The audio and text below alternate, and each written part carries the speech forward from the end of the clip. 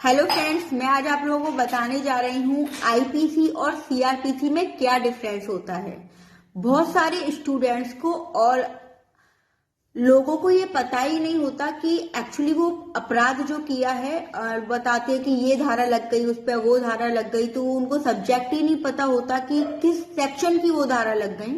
ठीक है, तो आईपीसी और सीआरपीसी ये दो मेजर सब्जेक्ट है हमारे लॉ में, जिसमें आईपीसी बताता है कि यदि आपने कोई क्राइम किया है तो उसमें जो लेवल हर सेक्शन में एक एक लेवल दिया हुआ है कि इस तरीके के लेवल पे ये वाला सेक्शन लग रहा है, ये सजा है, उस तरीके के लेवल पे वो वाला सेक्शन लग रहा है, वो सजा है। मान लीजिए जैसे कि आप किसी का मर्डर कर रहे हैं, तो आपने मर्डर किया तो उसमें 299 से लेके जो पूरा सेक्शन दिए हुए हैं उसमें अलग अलग लेवल तक दिए गए हैं कि ग्रुप के साथ मर्डर किया तो ये सजा है, सिंगल पर्सन ने मर्डर किया तो ये सजा है, 4 बार चाकू घोंका मर्डर करने में तो ये सजा है, और एक बंदूक गोली मारी तो ये सजा है। तो वो हमारे इंडियन पीनल कोड आईपीसी में बताया गया है।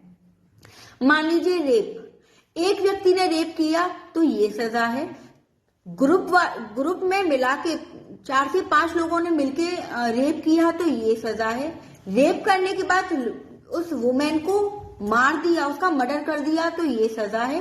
वो अलग अलग सेक्शंस में प्रोवाइड किया गया है कि इस लेवल के क्राइम पर ये वाली धारा लगेगी और इतने साल की सजा मिलेगी। वो बताता हमारा इंडियन पीनल कोड।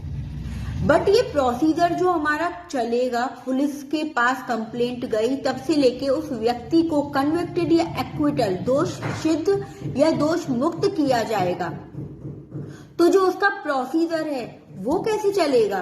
क्या वो आईपीसी से चलेगा?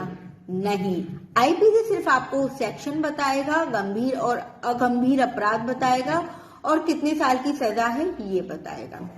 बट हमारा क्रिमिनल प्रोसीजर कोड ये बताता है आपके पड़ोस में, आपके घर में या आपके साथ कोई अपराध हुआ, आपने कंप्लेंट दर्ज करी पुलिस थाने में, या आपने डायरेक्ट कोर्ट की प्रोसीजर स्टार्ट किया, कोर्ट में जाके डायरेक्ट केस कर दिया, तो जो पूरा प्रोसीजर होगा ना वो सब इसमें बताया गया है।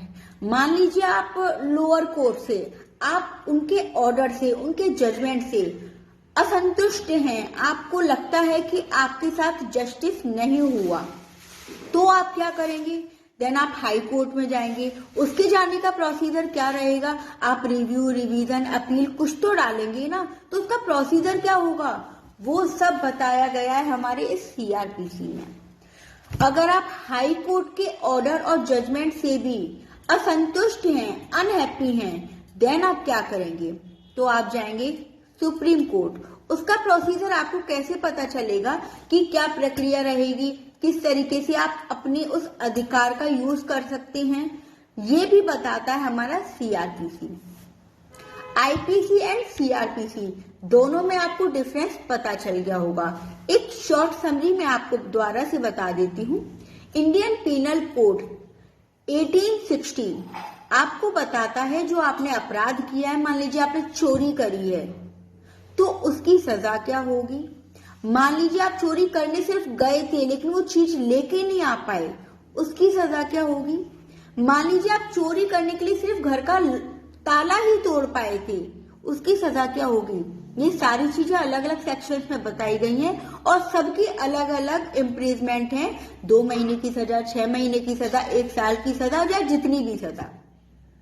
लेकिन इसका जो पूरा प्रोसीजर चलेगा, जो पुलिस प्रोसीजर स्टार्ट करेगी, जो एडवोकेट आपका प्रोसीजर स्टार्ट करेगा, और जो जस्टिस के हाथ में होगा, जो जज के जो पूरा प्रोसीजर चलेगा, वो सारा सीआरपीसी से चलेगा।